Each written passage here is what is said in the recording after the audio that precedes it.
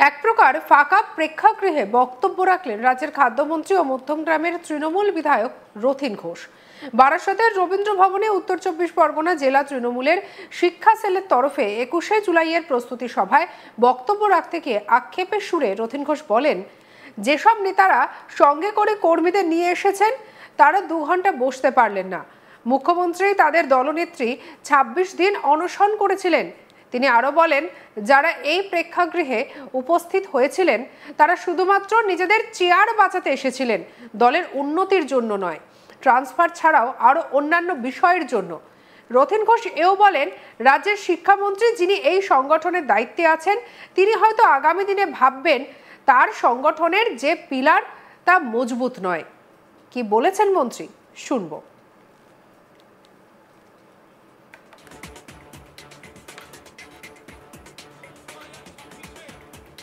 বাইরে মাইকগুলো আছে ওগুলো কেটে দেওয়াই ভালো, কারণ আমরা এখানে যে আলাপ আলোচনা করছি সেটা বাইরেও যাচ্ছে। মানে এখানে ২১শে জুলাই নিয়ে মিটিং ঠিকই, আমি যখন এসেছিলাম মোটামুটি কানায় কানায় ভর্তি ছিল। এখন যদি নিজেরাই তাকান দেখতে পারবেন সেই অংশটা নেই। তার মানে কি, স্কুল যতক্ষণ হয় ততক্ষণ স্কুলে থাকা, তারপরে বাড়ি চলে যায়। তাহলে এই যে সংগঠনের প্রতি যে দায়বদ্ধতা, যে কারণের জন্যে সভা, সেই সভার তাৎপর্যটা কিন্তু খুব একটা ভালো দেখায় না। এর থেকে রাস্তার মোড়ে মিটিং করলে অনেক বেশি লোক হয়। আর এদিকে আপনারা দাবি করছেন প্রাথমিক শিক্ষক, আমাদের মাধ্যমিক শিক্ষক, কলেজ শিক্ষক সবাই মিলে এখানে নাকি প্রস্তুতি সভা করছেন যে মমতা ব্যানার্জির ২১শে জুলাইয়ের সভাকে কি করে সার্থক করবে। আপনারা নিজেরাই কতজন যাবেন তাই জানেন না। যেতে যেতে কেউ ইকো পার্কে চলে যাবে, কোথাও চলে যাবে। অর্থাৎ দলের প্রতি যদি সহমর্মিতা না থাকে, ত্যাগের প্রতি যদি সহমর্মিতা না থাকে, তাহলে কিন্তু রাজনৈতিক ভিত্তি, সাংগঠনিক ভিত্তি দাঁড়ায় না। আমি একটু খোলাখুলি বলি, কাটা কাটা কথা বলি, অনেকের খারাপ লাগতে পারে। আহত করবার জন্যে বলা না, কেন আমি প্রথম থেকে শেষ অবধি আছি, আমি পরিস্থিতিটা দেখেছি। আমি যখন প্রদীপ্তকে বলতে বললাম, বিজনবাবুকে বলতে বললাম যে আপনারা বলুন, কেন আপনারা শিক্ষক সংগঠনের হাল ধরে আছে।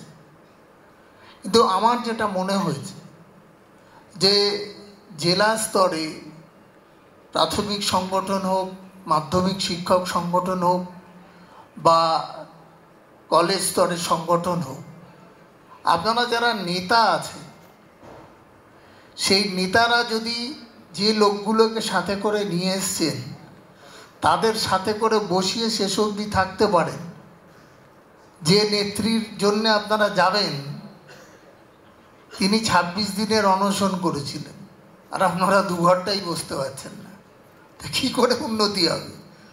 আমার তো মাঝে মাঝে মনে হয় যে শিক্ষক সংগঠনের যারা নেতা নেত্রীরা আছেন তারা শুধু নিজেদের চেয়ারটুকু রক্ষা করবার জন্যে যেটুকখানি করলে না করলে নয় সেটুকখানি করা, আর হচ্ছে ট্রান্সফার, পোস্টিং, এই সমস্ত ব্যাপারগুলো আছে।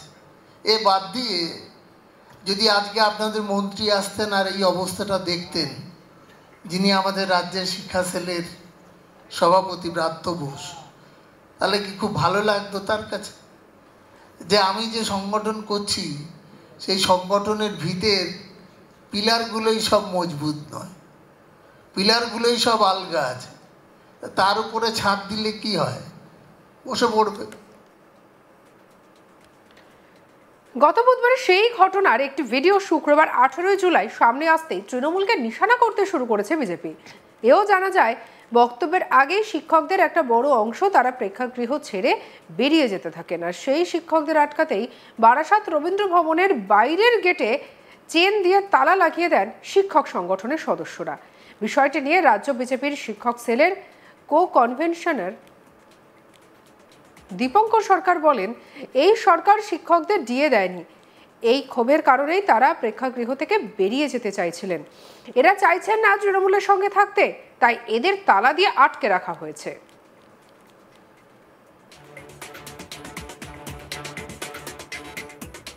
কি বলছেন দীপঙ্কর সরকার, শুনবো। তৃণমূলের শিক্ষা সেলের আজকে বারাসাতের উত্তর 24 পরগনা জেলায় যে সম্মেলন ছিল 21শে জুলাইকে সামনে রেখে, সেই 21শে জুলাইয়ের সম্মেলনে যে সমস্ত শিক্ষকরা উত্তর 24 পরগনার বিভিন্ন জেলা থেকে তাদেরকে জোর করে বিভিন্ন স্কুল কলেজ থেকে ডেকে এনে রাখা হয়েছিল, তাদেরকে রবীন্দ্র ভবনে ঢুকিয়ে আটকে রেখে বাইরে থেকে তালা দিয়ে দেওয়া হয়। এর দ্বারাই প্রমাণিত হয় যে শিক্ষকরা বেরিয়ে যাচ্ছেন, তারা থাকতে চাইছেন না। কারণ এই শিক্ষকদের ডিএ মেরেছে এই সরকার, এই শিক্ষকদের চাকরি কেড়ে নিয়েছে এই সরকার। সেই জন্য এই সরকারের বিরুদ্ধে শিক্ষকদের ক্ষোভ আজকে প্রমাণ হয়েছে। দেখা গেছে তারা রবীন্দ্র ভবন ছেড়ে বেরিয়ে যেতে যাচ্ছে, তালা দিয়ে রেখেছে, তাদেরকে জোর করে বসিয়ে রাখা হচ্ছে। তাই এতে দ্বারা প্রমাণিত হচ্ছে যে শিক্ষক সমাজ তৃণমূলের সাথে নেই এবং বাংলায় তৃণমূলের এই ডিমভাত কর্মসূচি আর সফল হওয়ার কোনো জায়গায় নেই। আগামী দিন এই তৃণমূলের শেষে শুরু হয়ে গেছে। শিক্ষকরা আজ তার সম্মেলন কক্ষ থেকে বেরিয়ে যেতে চেয়ে প্রমাণ করে দিয়েছে। একই সুরে তৃণমূলকে নিশানা করেছেন সিপিআইএমের নেতা আহমেদ আলী খানও। বাম নেতৃত্বের অভিযোগ, তৃণমূলের অন্তর্জলি যাত্রা শুরু হয়েছে এবং গোষ্ঠীদ্বন্দ্বের কারণে শিক্ষকরা বেরিয়ে যাচ্ছেন। কি বলেছেন শুনবো। এটা তো শুধু এই তৃণমূল কংগ্রেসের শিক্ষক সেলের যে গোষ্ঠীদ্বন্দ্ব তা তো নয়। আমরা যদি দেখি তৃণমূল কংগ্রেসের যে পার্টি বা অন্যান্য যে সমস্ত সংগঠন আছে, সেই সংগঠনের মধ্যে গোষ্ঠীদ্বন্দ্ব প্রকটভাবে রয়েছে। আজকে গোটা পশ্চিম বাংলায় দাঁড়িয়ে ওদের গোষ্ঠীদ্বন্দ্ব এমন চরম জায়গায় চলে গেছে যে তৃণমূল মারছে, তৃণমূল মরছে। অন্যদিকে তৃণমূলের শিক্ষা সেলের নেতা দেবব্রত সরকার কি জানিয়েছেন, শুনবো তার কথাও। সর্বভারতীয় তৃণমূল শিক্ষা সেলের পক্ষ থেকে উত্তর 24 পরগনা জেলা শাখা আমরা 21শে জুলাইয়ের প্রস্তুতি সভা এখানে করলাম বারাসাত রবীন্দ্র ভবনে। আপনারা নিশ্চয়ই দেখেছেন, আপনারা তো সেই সকাল থেকে আছেন এখানে। ইতিমধ্যে হল পরিপূর্ণ তো ছিলই, বাইরে এত শিক্ষক দাঁড়িয়ে ছিল যে তারা হলের মধ্যে জায়গা পাচ্ছিল না। আমাদের জেলার সবথেকে বড় হল এটা, তবুও মানে শিক্ষকদের এত উন্মাদনা ছিল আর কি।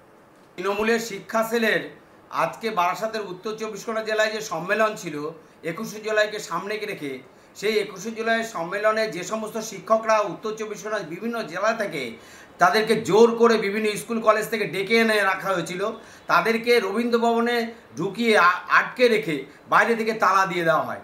এর দ্বারাই প্রমাণিত হয় যে শিক্ষকরা বেরিয়ে যাচ্ছেন, তারা থাকতে চাইছেন না।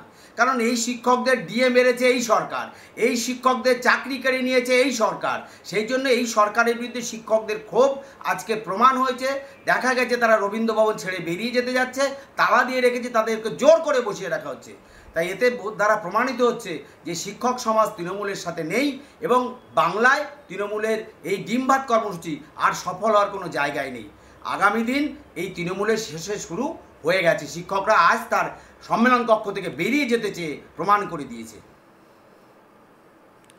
সঙ্গে রাখুন আজ তাক বাংলার ইউটিউব চ্যানেলকে। অন্যান্য খবরের জন্য লাইক, কমেন্ট, শেয়ার, সাবস্ক্রাইব করতে ভুলবেন না।